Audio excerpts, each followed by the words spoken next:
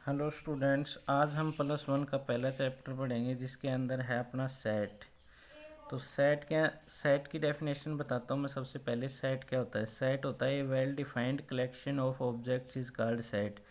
मतलब एक well defined collection. Well defined collection का मतलब ये है कि जिसके एलिमेंट्स को हम आसानी से पहचान सकें, वो क्या होता है, अपना वेल डिफाइंड ऑफ सेट होता है। जैसे मैं कह दूँ +1 के क्लास में 30 स्टूडेंट्स हैं, तो अब हम पहचान सकते हैं ना, +1 क्लास साइंस क्लास, उसमें कितने बच्चे हैं 30। और एक मैं ये कह देता +1 क्लास, तो +1 क्लास में तो आर्ट के बच्चे भी आते हैं, साइंस के बच्चे भी आते हैं और कॉमर्स के बच्चे भी आते हैं।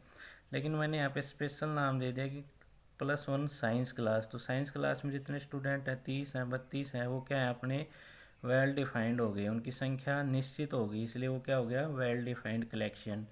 अब हम सेट्स को दो तरीके से रिप्रेजेंट करते हैं। तो रिप्रेजेंटेशन ऑफ सेट बताऊंगा। सबसे पहले होती है अपनी ट्यूबलर और रोस्टर फॉर्म। ट्यूबलर और रोस्टर फॉर्म के अंदर क्या होता है, in form will list all elements of the sets separating them by number और commas enclosing them curly brackets.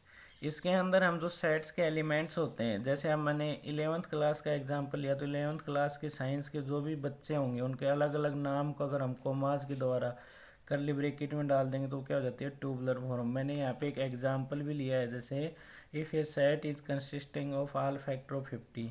कोई भी एक सेट है, वो किसका बनाना है, 50 के सभी फैक्टर्स का बनाना है, 50 के सभी फैक्टर्स का। तो उसके सभी फैक्टर्स को मैंने करली ब्रैकेट के अंदर डाल दिया, 1 2 5 10 25 और 50। ये सभी किसके होंगे, 50 के फैक्टर होंगे। इनको मैंने करली ब्रैकेट के अंदर डाल दिया। तो ये तो अपनी कहलाती है ट्यूबलर फॉर्म।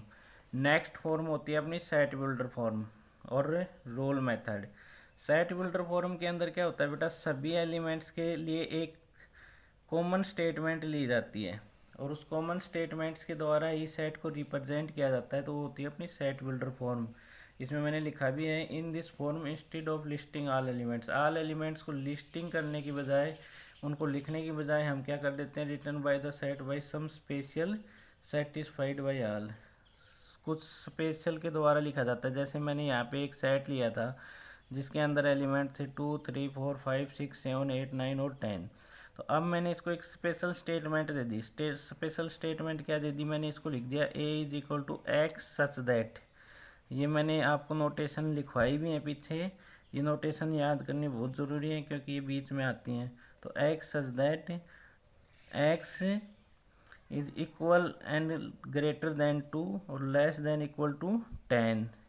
इनको क्या बोलेंगे, x is equal and greater than 2 और इक्वल एंड लेस देन 10। तो ये सभी इसी के अंदर आ रहे हैं ना, 2 के बराबर भी है और 10 के बराबर भी है, 10 तक आ रहे हैं। तो इसलिए ये क्या होगी, इसकी स्पेशल स्टेटमेंट होगी और इसको हम बोलते हैं सेट बिल्डर फॉर्म।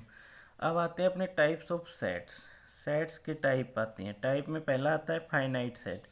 जैसे फाइनाइट का मतलब ही क्या होता है, निश्चित या डेफिनेट। तो निश्चित सेट कौन से होते हैं, जिसके अंदर हमारे पास एलिमेंट्स की संख्या होती है वो निश्चित होती है कि भाई इसके अंदर 4 एलिमेंट हैं, 5 हैं, 6 हैं, 7 हैं, मतलब जिनको हमें निश्चित पता होता है। तो क्या कह रहा है, if the element of a set are finite in number, अगर उनकी संख्या, एलिमेंट्स की संख्या निश्चित दी हो कि भाई ये 5 हैं, 6 हैं, 7 हैं, तो फाइनाइट सेट कहलाते हैं। एग्जाम्पल के लिए मैंने एक सेट लिया, इसके अंदर है 1 2 5 और 7। तो अब यहाँ पे अपना क्या है, इसके अंदर फाइनाइट संख्या है, कितने एलिमेंट्स है इसके अंदर, 1 2 3 4, 4 हैं। तो ये क्या हो गया, इसके अंदर 4 एलिमेंट्स हैं, इसलिए फाइनाइट सेट हो गया। नेक्स्ट सेट आता है अपना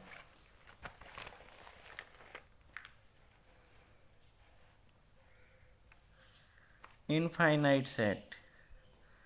इनफाइनाइट सेट के अंदर क्या होता है बेटा, जैसे नाम से ही पता है इनफाइनाइट क्या होता है, एंड इनडेफिनेट या अनिश्चित सेट। इसके अंदर क्या होता है कि हमें एलिमेंट्स की संख्या निश्चित पता नहीं होती है। It has infinite number of elements. जैसे मैंने एक सेट ले लिया, set of natural number. Natural number आपको पता है 1 2 3 से शुरू होकर और सो ऑन इनफाइनाइटली जाते हैं। तो इसलिए अब हमें इसके अंदर हम एलिमेंट्स की संख्या को गिन नहीं सकते, इसलिए ये क्या हो गया अपना infinite set. Set of natural number has infinite number of elements. अब अगला है अपना सिंगलटन सेट।